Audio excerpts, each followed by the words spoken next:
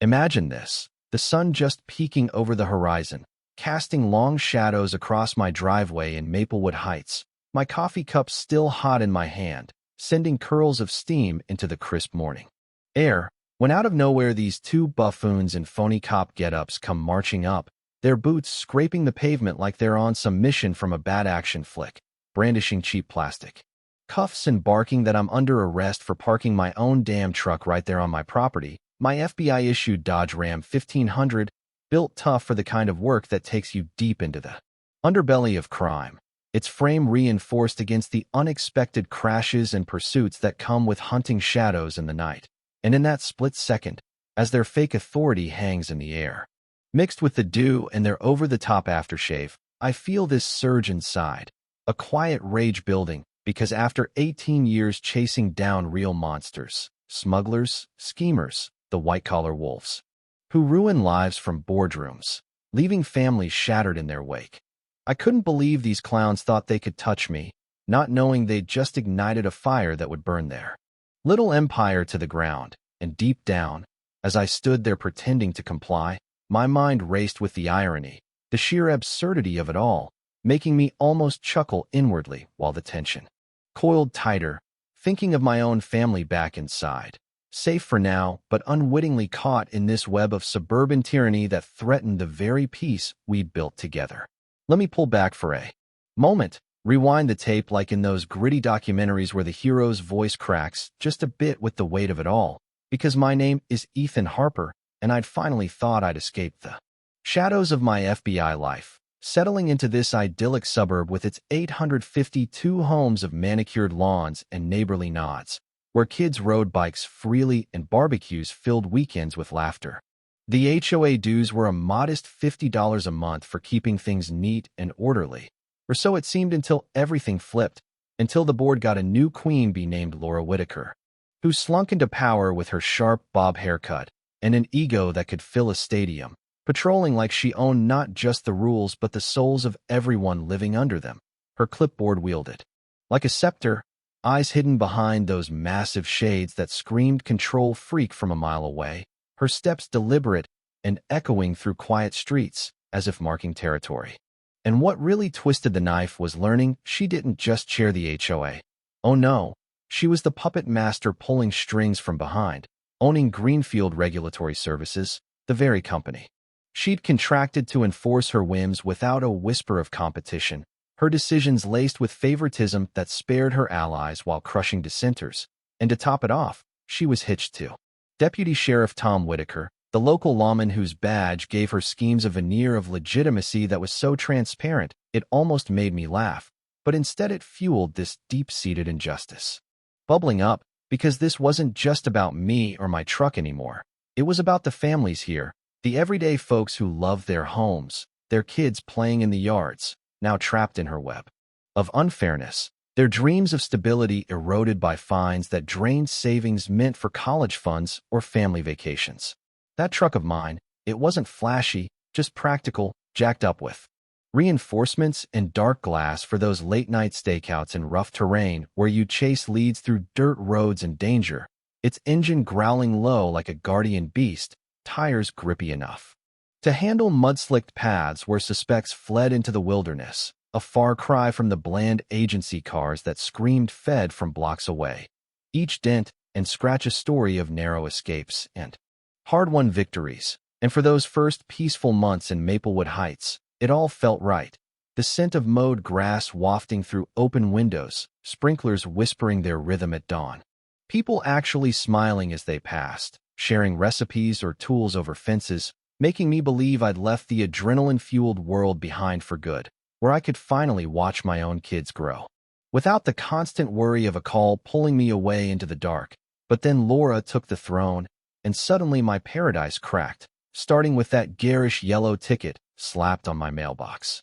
3 weeks in, fining me $300 for a so-called commercial vehicle in a residential spot, citing height over 72 inches, the paper crinkling under my fingers as anger rose, and I grabbed a measuring tape, turning detective in my own backyard, spotting half a dozen identical rigs around the block untouched, 0 penalties for them, which screamed selective bullying, the kind that preys On those who don't fit her perfect picture, perhaps because my yard sign supported causes she loathed or my work ethic showed in calloused hands, and when I called her office, her voice slicing through the phone like ice, explaining away the double standards with vague talk of compliance in other areas. It hit me hard. This wasn't enforcement, it was extortion wrapped in bureaucracy, designed to break spirits and fill coffers. And as I demanded written rules by mail, her response arrived like a slap, quoting board discretion over everything, basically saying bow down or suffer. Her words printed coldly on official letterhead that mocked the fairness we all deserved. And from then on, her tape measure snap echoed in my ears at sunrise, her perfume clashing with my exhaust. As she ambushed me for chats that felt like interrogations, probing for weaknesses while her eyes scanned for more violations. But what gnawed at my gut was the pattern emerging, fines hitting. Homes with yard signs she despised, trucks like mine that looked too blue-collar, families bold enough to question her. The rustle of her stiff suit becoming the anthem of discrimination. Echoing through evenings when parents should be tucking in kids instead of fretting over bills. And the appeal process? A farce. Meetings midweek afternoons when folks worked hard to provide for their loved ones. Miss it and you're done.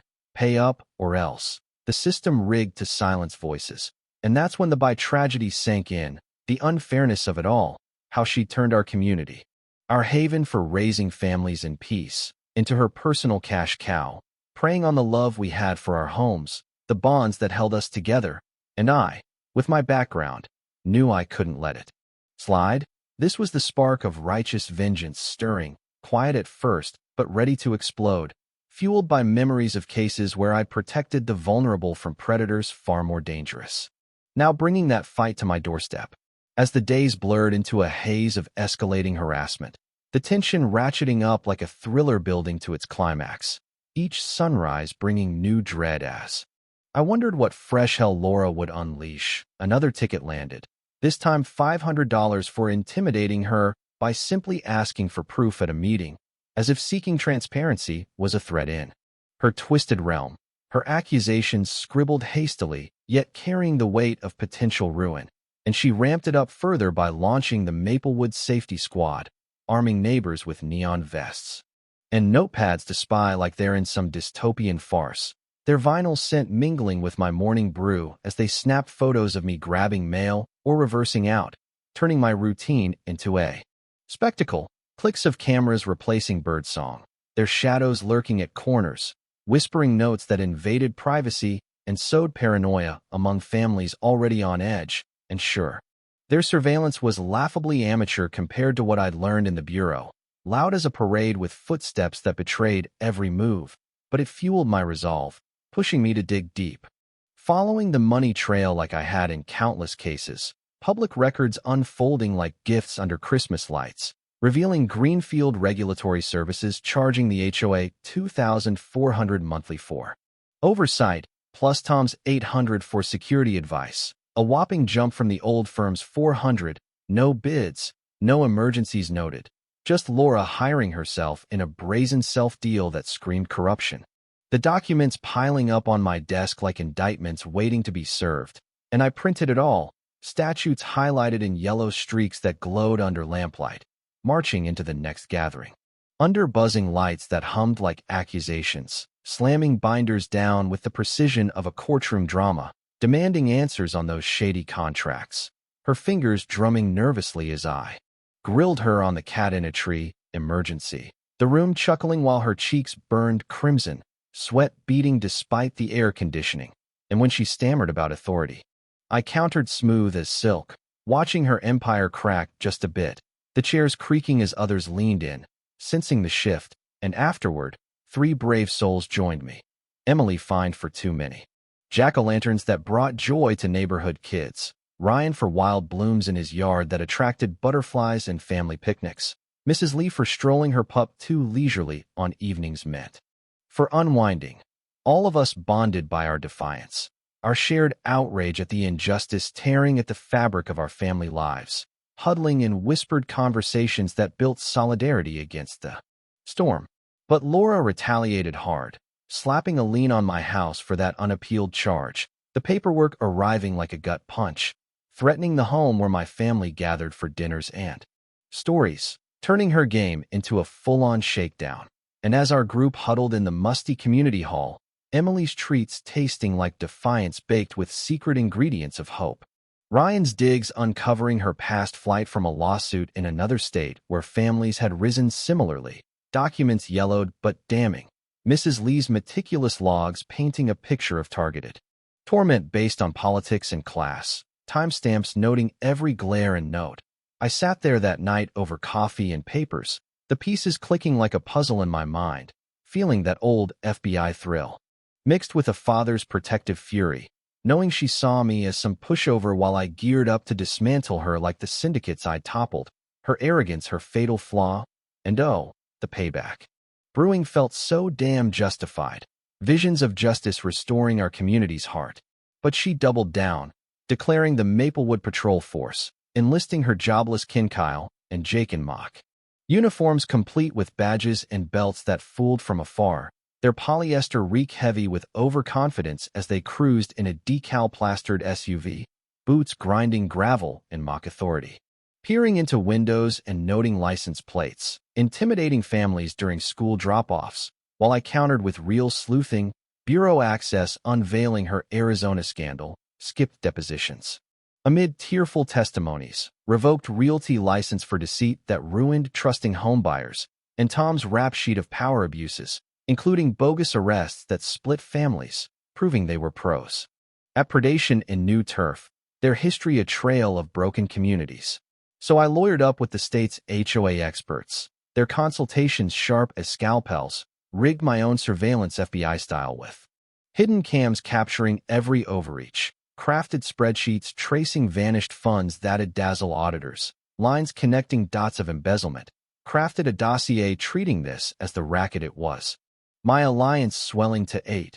Weekly meets scented with Java and justice, Emily's sweets, Ryan's intel on geographic biases, Mrs. Lee's notes detailing fearful nights, until they blundered big, citing me for jaywalking in a sidewalk-less street, demanding ID with fake flair, their hands hovering dramatically, then calling 911 on me for mail fetching, the operator's voice crackling with confusion, and as sirens wailed, neighbors gathering like it's primetime drama.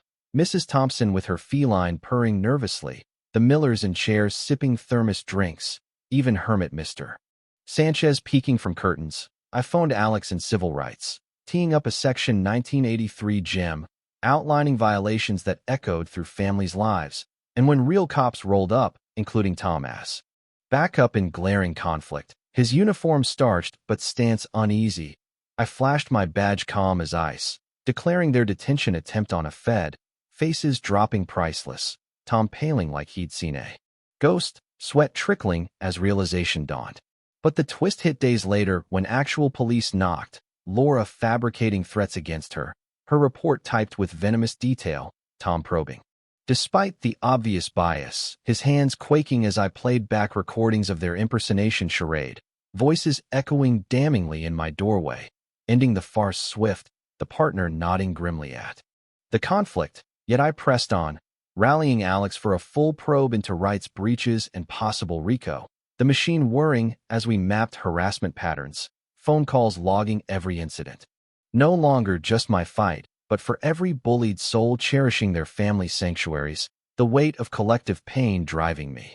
And then the peak tension struck at dawn again, new guards in tactical gears storming with cuffs for my truck mods, dew sparkling on their kit as they advanced with scripted bravado, their aftershave clashing with coffee, but I revealed my identity once more. Them stumbling back in shock, admitting Laura's orders amid stammered excuses, neighbors witnessing the absurdity over coffee, some with kids wide-eyed at the spectacle, sirens soon blaring as I summoned the feds, her crossing into felony territory sealing her doom. But wait, my lawyer's urgent call unveiled the deepest twist, the contract's hidden cut, 15% of fines to her pocket plus Tom's extras, no bids, expired license uncovered in dusty records, unreported cash screaming fraud, reserve funds drained on phantom repairs that left playgrounds crumbling and families shortchanged. Every notice mail fraud, payments wire fraud, her setup a full-blown enterprise, my blood boiling at the scale of betrayal, the injustice to families just wanting peace, their savings siphoned for. Her greed, escalating our battle to federal heights, the climax of unfairness demanding righteous reckoning, visions of handcuffs on her wrists flashing like redemption, with the noose tightening. Like the final act of a sweeping epic, where the underdogs rise and villains fall in slow-motion glory, each revelation peeling back layers of deceit that had festered unseen, my lawyer hooked me. With elite HOA busters taking our cause pro bono, their offices reeking of leather and triumph as they pored over files late into nights, taking our cause because it echoed their own battles against similar tyrants, the state AG's team drooling over the consumer angle taking the spotlight case, their investigators diving into records with zeal, taking it as a banner for protecting vulnerable homeowners statewide. Alex advising off-books on statutes while I played citizen avenger, navigating legalese with the precision of past ops, our coalition ballooning to 31 families. Scanners humming in the center as we forged an evidence arsenal, late-night sessions where tired eyes scanned pages but spirits lifted with shared stories of resilience, Ryan's maps exposing biased hits on signs and rides, color-coded pins marking homes where kids' futures were jeopardized by unfair burdens. Mrs. Lee's 200-page chronicle a masterpiece of detail, each entry a testament to quiet courage amid fear, my forensics linking gripes to revenge finds, timelines stretching across walls like warm maps, all while Laura lashed out sloppy, hiring a PI who balked at probing a Fed. His report backfiring with awkward calls that exposed her panic, shredding docs in a marathon that neighbors heard whirring through windows, rumors flying of my rogue status, flyers warning of surveillance hitting our love for innocent homes, their ink smudged but intent clear in sowing division.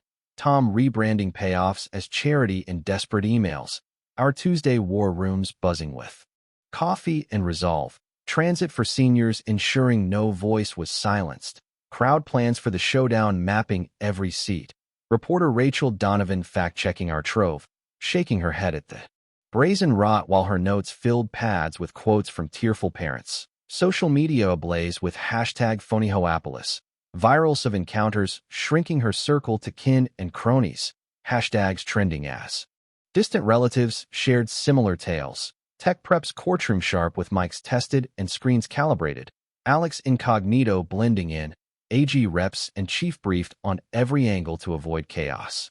Media hordes locked in with cameras ready to capture truth, cease and desist mailed citing laws chapter and verse, parliamentary drills ironclad practiced in living rooms, printers churning packets. As her desperation peaked in psych ops, canceling meets with threat claims typed on shaky keys, hiring real guards an ironic twist to shield her from her own creations, propaganda blitz on doors. Smelling of cheap ink and fear, calls terrorizing elders about arrests and kids' safety, twisting hearts already heavy with worry, sabotage on my mailbox with metal scars photographed meticulously. Threats twisting immigration fears despite citizenship papers framed proudly, but I orchestrated the counter. Chief Ramirez patrolling targets with cruisers flashing reassurance, FBI prelim on. Patterns expanding to interviews that uncovered more victims. AG subpoena ready poised like hawks. Her grocery ambush, a bungled bribe recorded crisp amid aisle chatter, offering waivers and toms. Fixes for loyalty. Her wink desperate as shoppers glanced curiously. Corruption raw by the freezers. Community rallying to 400-plus attendees. Auditorium overflow with chairs borrowed from schools. Snacks donated by locals whose businesses thrived on unity. Streams for the wary ensuring broad reach. Security meshed with cops standing vigilant. Mrs. Lee's opus bound like a Bible of justice. Emily's packets distributed with care. Ryan's visuals projected large for impact. Whispers in aisles turning to supportive nods. Notes in boxes affirming solidarity. Her rival meet thwarted by injunctions served swift, and as D-Day loomed, her 2 p.m. loot grab underfed eyes in a van disguise. Wiring 60,000 blocked by freezes that triggered alerts like alarms. Offshore schemes exposed. Through traced wires, her smear peeking with graffiti scrubbed by volunteers united. Frame-ups via sprinklers, and tips laughed off as clumsy. but our 450-strong assembly erupted in the centers. Sweat-soaked air, cameras rolling as Rep. Lopez decried the threat to homes with passionate oratory, applause thundering like thunderclaps, Laura cowering with her crew in shadows, me unveiling. Binders cinematic slow, each page turn revealing depths of deceit, flowcharts damning her profit skim, with arrows pointing to drained family funds, recording blasting her bribe filling the hall with gasps, room exploding in fury, even the cat hissing rage amid elderly shouts. Then Agent Chris Rivera rising badge bright announcing charges for conspiracy, fraud, rights trampling that had scarred so many. Her screeching witch hunt met by my credential hoist and cool retort that I'm no rogue, just damn good at crushing her kind. Ovation shaking walls, her humiliation total captured in flashes. Votes ousting her near unanimous even from distant kin. Suits for recovery passing with cheers. Arrests on stage with clicks eternalized on film. Families thanking tearfully with hugs that spoke volumes. Victory's breeze sweeping in through doors flung wide. And 6 months on, Laura copped pleas to frauds in a courtroom hushed with anticipation.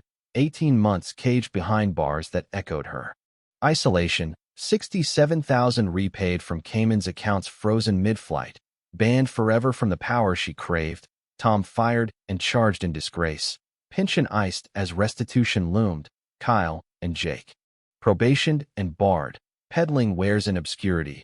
Our board slashing fees to 25. Legit firm hired transparent with audits open to all. Satisfaction soaring to 94% and surveys filled with grateful notes. Values up 12% drawing families seeking true peace. Our Maplewood Transparency Initiative aiding 23 neighborhoods across states with workshops and hotlines. Laws inspired in 5 tightening. Oversight, my testimony birthing protections that shielded countless homes. National guidelines from our mold adopted widely. Story in curricula teaching vigilance. Me board elected applying skills. To budgets that fostered community events. Templates downloaded 75,000 times empowering the voiceless. Mrs. Lee's system standard in guides nationwide. Justice Day barbecues with shreddings and laughs replacing fear. Aromas of grills mingling with kids' joy. Scholarships nurturing future fighters in law and admin. National attention with features and a film that softened her villainy yet highlighted truth. FBI offices borrowing our playbook for similar shadows. And when Emily sought help for more subs during a walk scented with blooming gardens, I knew this empowered all against tyrants. My phone buzzing with pleas from afar. Coffee scents now peaceful in mornings shared with family. Kids frolicking free on streets once patrolled. Chats over fences worryless and full of plans. Closure sweet in rebuilt bonds where justice healed the by tragedy. Restoring love for our family havens through deserved retribution. The echoes of unfairness fading into lessons learned. Communities stronger for the fight. But tell me, in a world where power corrupts so easily, was my takedown pure justice or did it blur lines into personal vendetta? And how far should one go for community, right when family peace hangs in the balance?